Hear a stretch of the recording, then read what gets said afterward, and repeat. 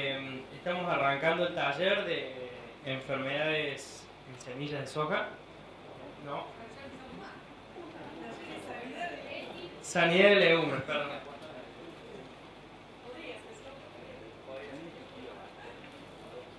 Bueno, la disertante es la ingeniera Margarita Sillón, especialista en formación profesional universitaria,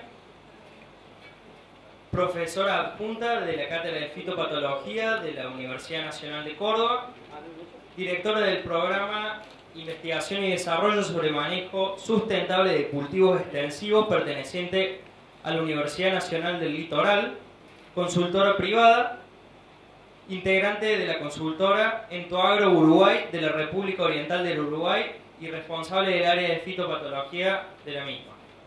Bueno, le damos la bienvenida a Margarita y acá se la... Bueno, gracias. Para reforzar donde me desarrollo mis tareas como profesora de fitopatologías en la Universidad Nacional del Litoral, en la Facultad de Ciencias Agrarias de Esperanza. Alguna vez me invitarán en Córdoba, para dar alguna clase, pero por ahora es en el litoral. Bueno, la idea hoy fue presentarles el tema de sanidad de legumbres desde una perspectiva de cuáles son las realidades que encontramos hoy y algunas estrategias para dejar un ratito que me interesaría que si hay gente que seguramente tiene estrategias para compartir va a ser muy valioso. Antes que nada, como todo, nosotros vamos a estar hablando de enfermedades. Y las enfermedades en las plantas realmente hay que pensarlas en relación a una conjunción de factores. En este caso vamos a recordar todos que una enfermedad es el resultado de la presencia de uno o más patógenos virulentos o que sean agresivos, que haya un hospedante susceptible y esto se desarrolla en el marco de un ambiente favorable. Ahí en el medio está el hombre que justamente puede agrandar o achicar ese triángulo y en eso a veces encontramos las grandes diferencias entre lo que pasa en un lote y lo que pasa en el otro. Yendo a las legumbres, nosotros vamos a clasificar en forma práctica el tema de las legumbres en problemas vasculares y en problemas foliares. Dentro de los problemas vasculares, ahí tienen esa imagen del año 2012 de la zona centro de Santa Fe, que es más que elocuente, que más que nada se refiere a problemas de patógenos de suelo, que no son exclusivos de las legumbres. En esa región lo que encontramos fue básicamente problemas de pitium, de desarrollo de semillas blandas, sin radícula, podridas, aquellas que germinaban, o plantas que germinaban tenían una podredumbre a nivel de raíz y de cuello. Lo encontramos en las tres legumbres, el garbanzo, arveja, lenteja que se estaba trabajando. Sin embargo, visto desde el aire, se nota como la lenteja, dentro de las condiciones de macro que había en ese lote, fue más tolerante a este tipo de patógenos y en esta otra zona verde que encuentran ustedes era garbanzo con aplicaciones de fungicida, de cobre, de fosfito, es decir, las distintas estrategias posteriores también lograron en definitiva que las plantas se presentaran como más tolerantes. Esos patógenos están en prácticamente todos los suelos, así que los problemas de arranque de los cultivos no son exclusivos de garbanzo o de lenteja o de arveja, y luego sí, dentro de esos problemas están los derivados sobre todo del género Fusarium, algunas especies del género Fusarium, que esto no es una clase de fitopatología, no tiene sentido darla, que generan marchitamientos a nivel de planta más adulta, que es la foto que ustedes ven acá, y que la gran diferencia entre, digamos, el fracaso de algunas de las cosechas de la zona centro de Santa Fe con respecto al garbanzo ideal de la zona de Cruz del Eje o de Salta era la diferencia de humedad en los suelos y la presencia de Fusarium. Este es un trabajo que habíamos empezado con el ingeniero Hugo Fontaneto cuando empezamos a trabajar analizando la región, y ahí tenemos del año 2009, 2010, 2011 cómo fue evolucionando la prevalencia. Prevalencia, recuerden que es el porcentaje de lotes afectados en una región, en este caso con Fusarium en el centro de Santa Fe. Fue creciendo lentamente. Si nosotros le agregamos el año 2012, pasó esto en el año 2012. Hubo un impacto muy grande, por lo cual se perdieron varios lotes. ¿Qué pasó al principio? Al principio para la región el cultivo de alguna manera era nuevo en forma extensiva, no había tanta gente que había hecho garbanzo. En el año 2010 y 2011 coincidió con años relativamente niñas en el momento de la floración del garbanzo y entonces eso hizo que realmente no hubiera problemas de marchitamiento. En el año 2012 se juntó todo, lluvias y hectáreas de garbanzo y grandes lluvias en octubre y por eso tuvimos problemas muy importantes de patógenos de suelo. Si vamos al año 2013, a nivel regional estamos volvemos a lo que pasó en el 2011. Es decir, fíjense cómo las condiciones ambientales y el hecho de que hay mucho menos garbanzo retrotrajeron el problema al que había en el 2011. Esto se reacomodó parece, porque hoy lo mismo y andaba bien, pero bueno, no importa, ustedes lo analicen ahí arriba, dice enfermedades foliares. Vamos a repasar un poquito las enfermedades foliares. Las vasculares dijimos que son bastante comunes. En las enfermedades foliares me voy a detener en dos que ocurren en la arveja, porque hay mucha confusión y nos han llegado muchos casos distintos de diagnóstico. En este caso estamos en presencia de la antragnosis de la arveja. Se puede presentar en vainas, en hojas, normalmente va a ser zonas oscuras, en tallos, en pecíolos, con margen muy oscuro, como si fuera una viruela o una mancha en ojo de rana en soja, del mismo tipo de síntomas. Y la severidad está muy relacionada a la intensidad de lluvias. Y tenemos otra enfermedad, que son las que se confunden mucho, que es el tizón de la arveja. Tal vez se confunden porque la fase sexual de este tizón, el hongo se llama ascochita pinoide. Si volvemos al anterior, es una ascochita, pero una ascochita diferente. Entonces a veces se confunde bastante y por ascochita engloban todo. Bueno, ¿qué pasa con el tizón? El tizón tiene otro tipo de síntomas que son zonas necrosadas, son manchas rojizas. ¿Ven la diferencia? Las semillas son el principal órgano. En esto hay que tener mucho cuidado con la difusión de la enfermedad. Acá tenemos la foto donde están las dos enfermedades. Entonces, puede ser, y de hecho ha ocurrido, que muchos de los casos que nos han llegado de la zona central de Santa Fe tienen los dos problemas. La antragnosis por un lado y el tizón por el otro. En un nivel como está el de la foto, con este tipo de lesiones, tomando una parte del tallo, que son lesiones necróticas, fue muy poco la eficiencia del control con fungicida. Fue tarde para las aplicaciones de fungicida, porque ya hay desarrollada una necrosis en la planta que incluso está tomando parte del tallo, y entonces la enfermedad, digamos, es muy difícil que se revierta. Hay que ser mucho más preventivo en este tipo de enfermedades en arveja. Con respecto al garbanzo, ¿cuáles son las enfermedades foliares que pueden encontrar ustedes en esta macrorregión? Por un lado, las manchas foliares por Stenphilum. Son también lesiones necróticas muy chiquitas que ocurren en las hojas del garbanzo y pueden ocurrir también en los cascabullos como puntos negros. Es una enfermedad bastante difundida. Es como que nos habíamos acostumbrado a que el manejo con fungicidas pasaba por esta enfermedad en el 2009, en el 2008, 2009, 2010, antes de que apareciera la rabia, que era mucho más rápida. Son manchas foliares.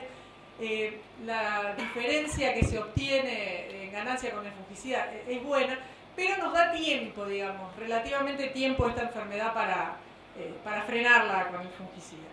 Otra de las enfermedades que apareció en la región por primera vez el año pasado en los cultivos es la roya del garbanzo.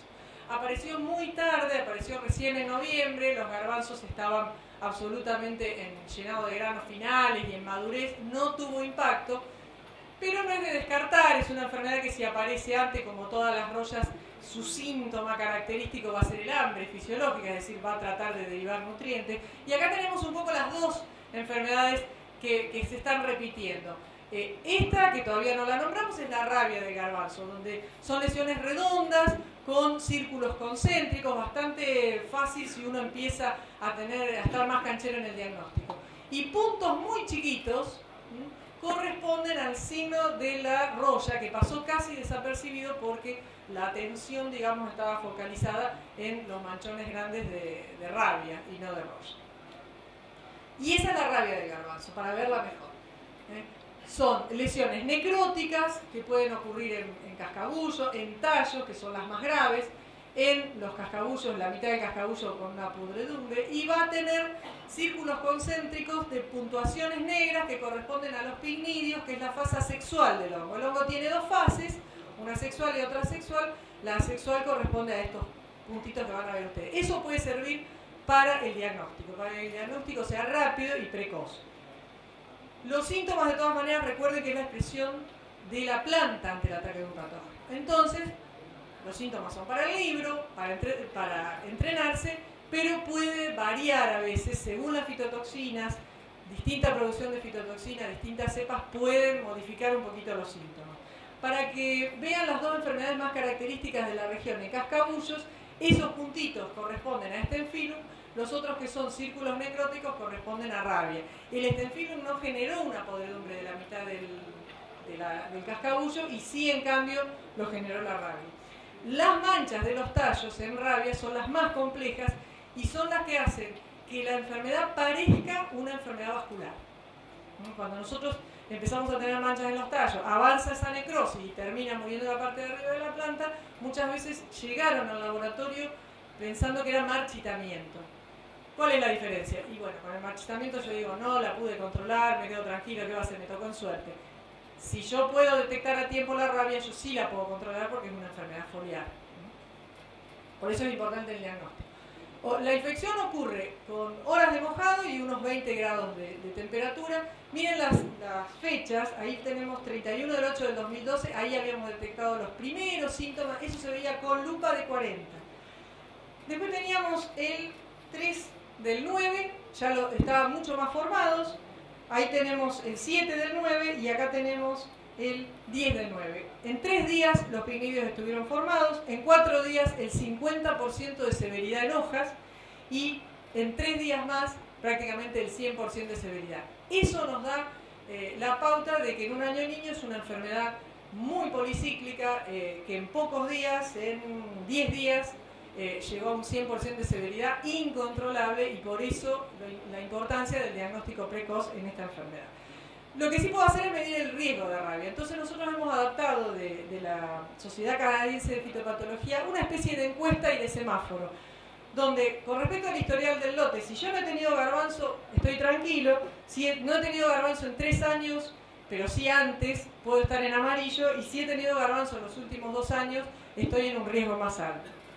Con respecto a la variedad, saber lo que siembro. En este caso, para el país todavía tengo que poner el semáforo en rojo, porque si nosotros miramos y hacemos una encuesta, había un 46% que nos contestaron ni idea lo que siembro. Es mezcla, es no sé qué, es ni idea. Entonces, es muy difícil trabajar sobre variedades si yo lo que hice fue un rejunte de garbanzo y lo sembré y no sé bien qué variedad estoy sembrando, si chañarito. Van a ver ahora que el mejoramiento que se está haciendo en la Universidad Nacional de Córdoba con el tema garbanzo da resultados interesantes.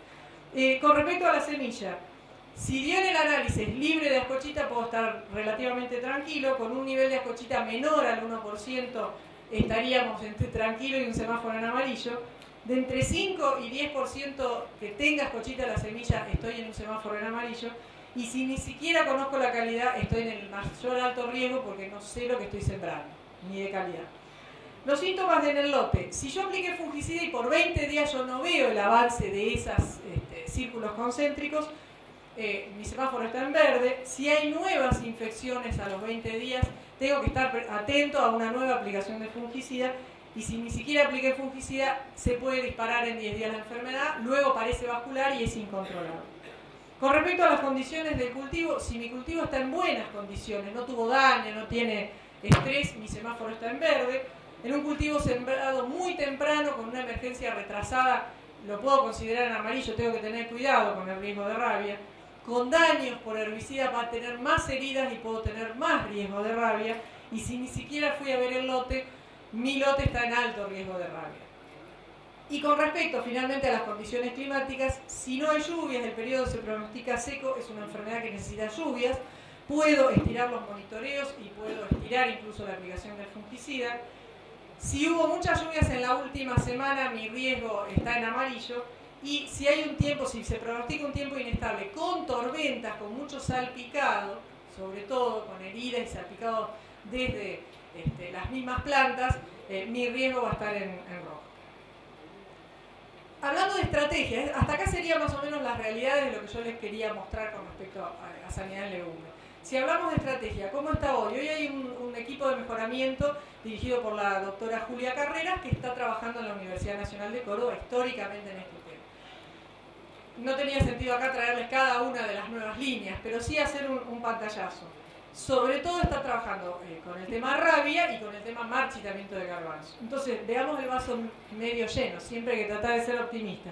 Hay en estos nuevos materiales que están intentando salir al mercado, hay un 26% de esos materiales que están con un nivel muy bajo en los ensayos a campo que nosotros tratamos de llevarle en la región. Esto es una muy buena noticia.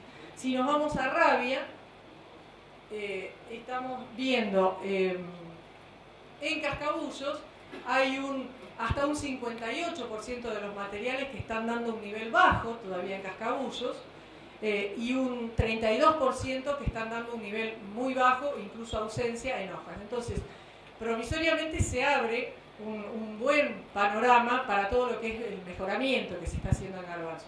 Queda por delante seguir produciendo estas líneas, adaptándolas a la región, probándolas en zonas muy complejas, como desde el punto de vista ambiental, como es el centro de Santa Fe, con suelos que vienen de muchos años de soja, con mucha humedad. Hay que seguir trabajando en eso, pero esta es una estrategia que va de la mano con el éxito. Otro tipo de estrategias importantes hoy para mantener la sanidad de legumbres va a pasar por la difusión, por este tipo de talleres, por el reconocimiento de síntomas y signos a campo para no agarrar tarde alguna de las enfermedades. Pasa por el análisis sanitario de las semillas. Es un blotter test, no es nada muy complejo. Hay laboratorios que los hacen y yo de esa manera, más allá de que se aplique el cura semillas, yo sé de esa manera que estoy sembrando en mi campo, que vale para todos los otros cultivos como soja, ¿no es cierto? La rotación de los cultivos, en el caso de la rabia, recuerden que es importante. Rotación para el patógeno no es secuencia de cultivo, es realmente sacarle la comida durante varios años para que no tenga a quién colonizar. Eso es rotación desde el punto de vista del patógeno. En el tratamiento de semillas es importante las mezclas, que hoy se está buscando las mezclas de 2 o 3 principios activos para evitar la resistencia y el manejo con fungicidas foliares. Eso es un poco el panorama de las distintas estrategias. Hemos hecho algunos de los ensayos desde el 2008 digamos, continuados hasta ahora. Hay una diferencia interesante con la mezcla de estrobirulinas y triazoles y con el uso, en este caso, de los ensayos que hemos hecho con la empresa BAF, el uso del Boscalid, que es una dicarboxamida, para este tipo de enfermedades nos ha dado muy buen resultado. Y a su vez, como ven en ese gráfico, la diferencia en las dosis, en el uso de dosis un poco más altas, para el caso de rabia del garbanzo, da resultados muy buenos y muy promisorios. El uso de cobre también lo encontramos como sinergizante de la acción del fungicida en aplicaciones conjuntas con el fungicida, de un 40 hasta un 80% de control. Las preguntas las hacemos por micrófono o por mejor que las hagan sin micrófono. Celular y Felipe.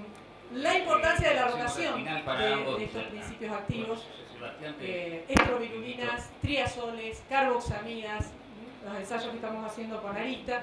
Hay un efecto interesante del clorotalonil como principio activo en el control de estas enfermedades. Hemos encontrado resultados del 26%, que uno dice, uy, qué poquito. Está bien, 26% a 70% según el momento y las condiciones ambientales de control de rabia es interesante, es muy importante. El uso como otra estrategia es el uso de fosfitos, como una estrategia para generar y motivar defensas en las plantas. Estos ensayos los estamos haciendo con la empresa Nexus, nunca reemplazando al fungicida. Desde mi concepto personal, el fosfito en ningún momento va a buscar reemplazar al fungicida. Sí puede ser importante para potenciar una aplicación de fosfito para mejorar defensas estructurales para luego potenciar la acción del fungicida, que sí va a estar trabajando además contra los patógenos. Acá tenemos distintas escalas de una sola, de la aplicación, digamos lo que podríamos llamar uso común de la zona, fungicida y pura semilla, con la aplicación de un fosfito de potasio o con 2 o 3 aplicaciones. Y la otra diferencia que encontramos, esto serían rendimientos, fue en el calibre, en la calidad de esos garbanzos, que no es un dato menor. Si bien no son calibres para sacarse el sombrero, pero en una zona complicada, de un año complicado, esas diferencias son válidas para poder seguirlas trabajando y lograr obviamente mejores calidades. Margarita, disculpa, ¿podríamos usar estos últimos 20 minutos que quedan de taller Ya termino. para la parte de preguntas? Sí, ya termino. Perfecto. La otra estrategia es la mezcla de principios biológicos con principios químicos. El uso de Bacillus subtilis está dando muy buenos resultados como aporte a los curasemillas. Acá tenemos arveja, lenteja y garbanzo, donde además se está promoviendo el desarrollo de las primeras etapas. Y es muy importante en los patógenos que nombramos hoy, Pythium, Rhizotonia, especies de Fusarium, que justamente son patógenos a lo mejor no específicos, sino que van a ser oportunistas de una planta que esté con escaso desarrollo. Entonces, promover el desarrollo inicial del cultivo es muy importante. Ah, ¿viste que terminaba? Mirá, lo tenía ahí nomás, me parece que era la última. Exactamente. Bueno, entonces, como dijo él, me parecía importante, no solamente para preguntas, sino que por ahí puede haber gente acá que pueda aportar desde experiencias personales y que le podemos pasar el micrófono y que cuente un poquito. Seguro. Para organizarnos mejor, quien quiera colaborar con un comentario o hacer alguna pregunta, levante la mano y alcanzamos el micrófono, así se escucha bien. Hay una nueva comida acá que rico. Sí, la pregunta es para patógenos de suelo en arveja y lenteja, si hay alguna estrategia. Lo mismo que para garbanzo. La estrategia pasa por una siembra que no retrasada ni en condiciones muy adversas para el cultivo, para que trate de emerger lo más rápido posible. La lenteja es más lenta en eso. Y la otra gran estrategia es el tema del curado de la semilla. En el caso de arveja, de lenteja es más fácil el curado, desde una cuestión logística, digo, ¿no? Porque es lisa la semilla. Gracias. Y en el caso de garbanzo y de arveja, pero peor garbanzo, hay que prestarle mucha atención al curado porque el garbanzo es muy rugoso. Entonces prácticamente queda la mitad del fungicida pegado. Y eso después se ve en una peor eficiencia. Nosotros lo hemos probado incluso en cajas de Petri para ver bien. Y la menor eficiencia es en realidad porque tocó menos, porque el fungicida es el mismo. Eso hay que tener mucho cuidado. Una consulta en cuanto a las mezclas que nombraste para enfermedades foliares. Sí. Las dosis utilizadas en soja son eficientes, digamos, para el control de enfermedades, o se podrían reducir teniendo en cuenta la mitad de biomasa que tenemos de cultivo con respecto a la soja? Las dosis utilizadas en soja son eficientes, eso sí. En el caso de rabia, yo no haría reducción de dosis, es peligroso y la rabia puede generar, más que nada porque puede generar situaciones de resistencia. Usaría las dosis de soja, ¿no? Porque es un poco semejante, salvando las grandes distancias, a la roya de la soja. La roya de la soja es biotrófico, digamos, no tiene nada que ver desde el punto de vista epidemiológico. Me refiero desde el punto de vista del progreso del patógeno. En el caso de rabia, además de ser un patógeno necrotrófico que ya puede estar en el lote, en 10 días desarrolla muy rápidamente, generando lesiones importantes. Entonces, por ahí hacer dosis más bajas puede obligarte en menos de 20 días, por lo menos en nuestro ensayo, han obligado otra vez a otra aplicación y en definitiva estás presionando sobre el mismo patógeno. De todas maneras, cuando hemos hecho 2 y 3 aplicaciones, más que nada en ensayos experimentales, se ha tratado de alternar los principios activos. Por eso ahí interviene como principio activo interesante el boscalid, el clorotalonil, como otros principios activos. ¿Cómo es el boscalid? con respecto a la mezcla de cresol. La mezcla el boscalín más eficiente con el tema de rabia y de enfermedades en general de garbanzo, sí, fue muy eficiente.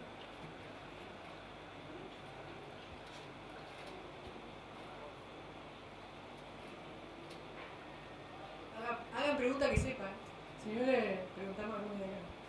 ¿Qué tal? Muy buena la presentación. Compartir una experiencia en nuestra zona, que es el sudeste bonaerense. Yo pertenezco al laboratorio de patología vegetal de INTA Balcarce.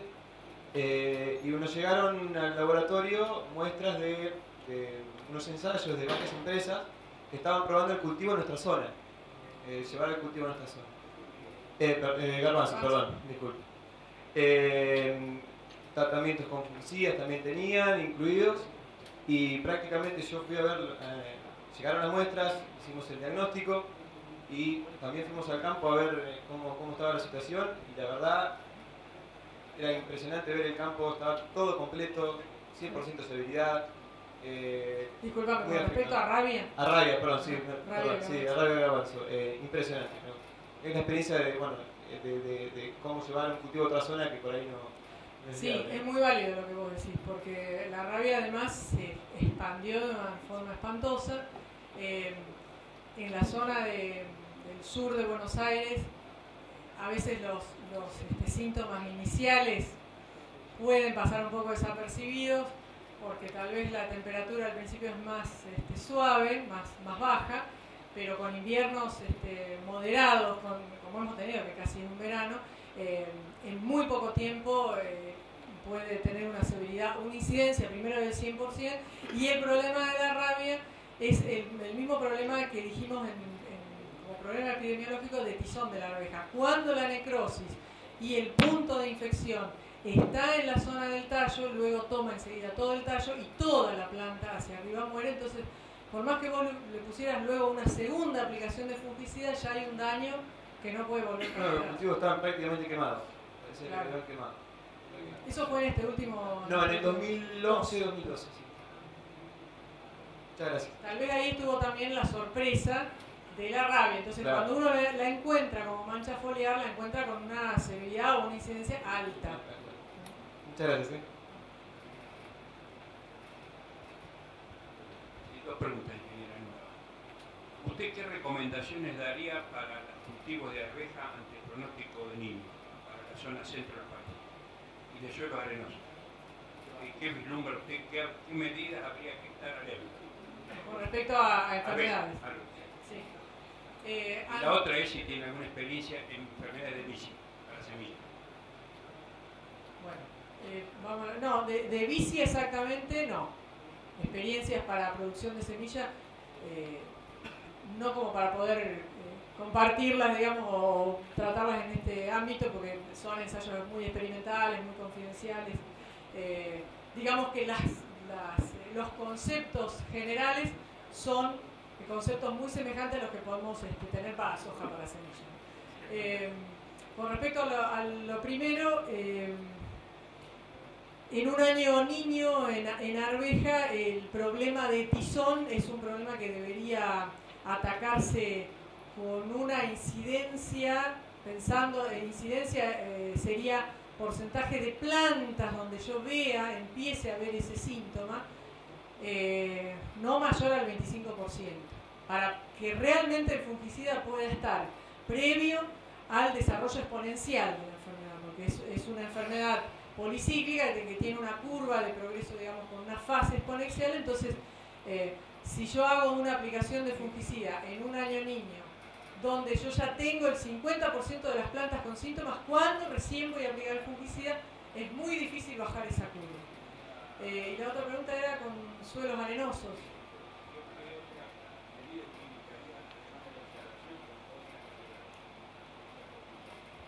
No, el tema de saber qué es lo que estoy sembrando desde el punto de vista de la sanidad.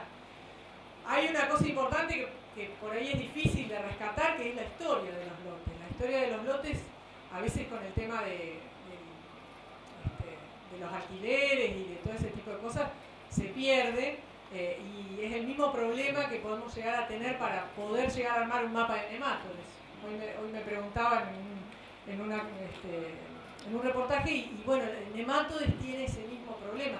¿Sabemos realmente dónde hay nematodes o no? Porque el que va a decir tengo nematodes en el campo después no lo va a poder alquilar. Entonces, esa información está faltando, y con respecto a patógenos de suelo por ahí de algunas zonas determinadas también falta. Entonces, ante la falta por ahí de esa información, el tema de saber qué es lo que estoy sembrando, ¿no? Y hacerle análisis de sanidad, más que nada, y por supuesto se puede hacer un análisis de sanidad con y sin el curasemilla. Entonces uno ya le puede dar también la información al productor. Mirá, el curasemilla redujo todos estos patógenos en un tanto por ciento. O sea, por lo menos sé qué es lo que estoy poniendo en el suelo, ¿no? Para agregar una cosita, en general Pythium, que es uno de los problemas asociados al suelo frío, va a estar más asociado a suelos que tengan contenido de agua, donde quede el agua. Así que no lo esperaríamos en el otro tipo de suelo. Nos puede ayudar un poquito a ver, bueno, si yo no espero Pythium, ¿cuál es la importancia? ¿Saber nomás que tengo no Pythium? No. Pythium es un falso hongo que está dentro de un grupo que se llama Oomycetes, que entonces tiene una característica determinada, y como cura semillas necesito agregarle metalaxil como principio activo, por ejemplo. Entonces, bueno, si yo ya estoy esperando por las características de mi región que no voy a tener Pythium, por ahí no voy a gastar en un fungicida que tenga metalaxil, porque es un hongo que no lo voy a estar esperando. Puede ayudar en eso.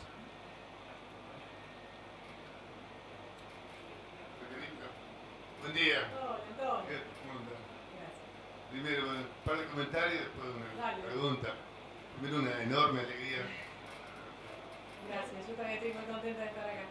Y muy clara tu presentación, como siempre, para los que no sabemos del tema. Entendimos bastante, ¿no? Y la pregunta es, tiene relación con la pregunta que hizo el colega de la cárcel.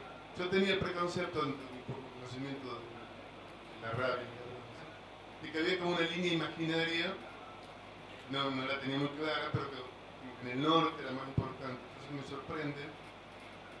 ¿Existe una línea imaginaria de que la enfermedad es más severa desde, no sé, desde tal lugar para arriba, o es un preconcepto? En Santa Fe fue muy severa en el año 2011 y 2012. En el 2011 no, se detectó en noviembre, en el 2012 hizo un impacto muy grande. Se vio más como enfermedad en la región que dice él, porque en Santa Fe, si hay productores acá, le pasó por arriba el marchitamiento de garbanzo, que es por Fusarium. Entonces ahí hubo una mezcolanza que al principio seguíamos la rabia y después no había con qué darle al Fusarium. Hoy no hay una línea imaginaria. Las semillas fueron y vinieron, y la zona de Buenos Aires O sea, no es una sorpresa que haya embarcarse. No, porque además por ahí se esperaban temperaturas mucho más bajas en la zona de Balcarce, que uno dice, bueno, va a estar fuera del rango, que serían los 20 grados.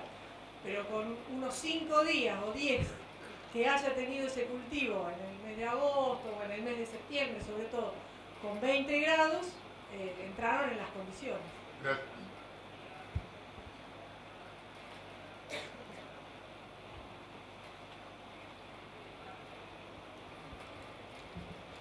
Sí, buen día. ¿Podríamos considerar que con labranza convencional en arveja podemos mejorar un poco la incidencia de patógenos? Bajar la incidencia de patógenos. Sí, en los ensayos en general, cuando hay mucho rastrojo, ha aumentado hay una faz de la planta que es como si arrastrara también determinadas estructuras de los rastrojos, y ha habido menos incidencia. Luego, epidemiológicamente, si la región está muy afectada, es como que se va compensando, digamos, con la enfermedad a nivel regional, sobre todo en aquellas que son policíclicas. Pero en algunos patógenos de suelo sí se ha visto.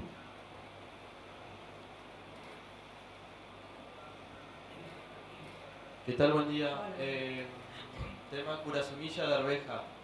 ¿Deberíamos pensar en rotar los principios activos que se están usando? Porque parecidos se repiten para soja, para maíz. Hoy muchas de las empresas están probando y tenemos muchos ensayos experimentales en este momento donde hay mezclas de 2, 3 nuevos principios activos, se agrega, como yo mostré al final, por ahí uno que es biológico. Creo que eso es a lo que vamos a apuntar ahora. Por ahí el tema del masivamente carbendazim más tiran es como que ya estaría superado, porque ahí sí tenés siempre el control para 3 o 4 patógenos. Creo que si vos sembraste soja y después cuando sembrás garbanzo pensar en un curasemilla distinto solamente por eso, por ahí en el conjunto no va a tener tanta influencia, pero no está mal como planteo, sobre todo si por ahí tenés en soja la información de que tuviste algún problema puntual, aunque sea de qué géneros, porque obviamente hay especies que son muy específicas de uno de otro, pero aunque sea de qué género tuviste, te puede dar una idea sobre qué podés trabajar cuando hagas la legumbre siguiente. En el tema de entrar a mezclar 2, 3 y más principios activos, creo que hacia ahí debemos apuntar, ¿no? Porque también estamos hablando de un complejo, ¿no? Tenemos tiempo para una última pregunta antes que termine el taller.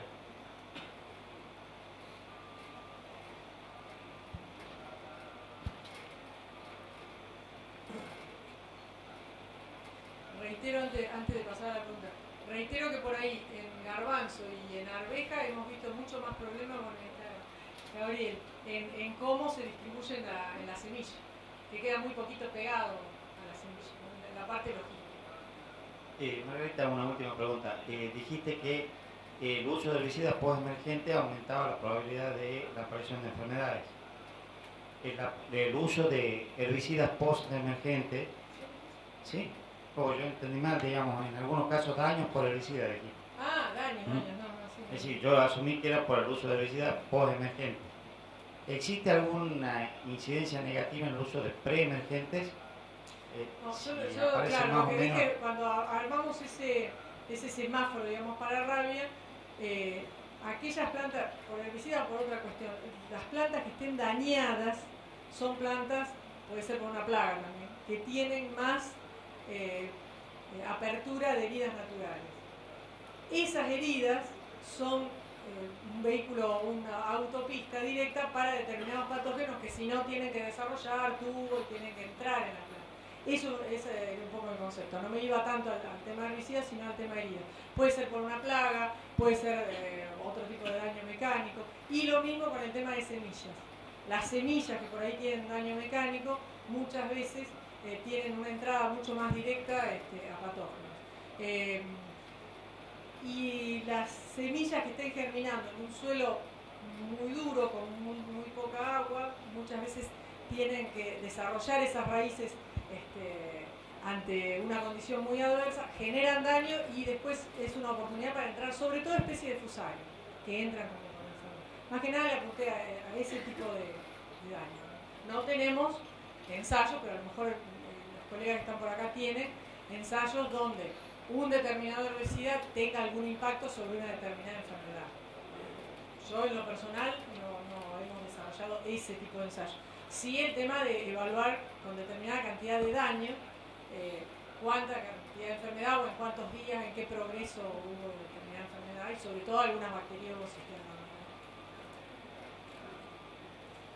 Bueno, ingeniero, le agradecemos por su participación y le invitamos a que siga disfrutando del Congreso. Gracias a todos.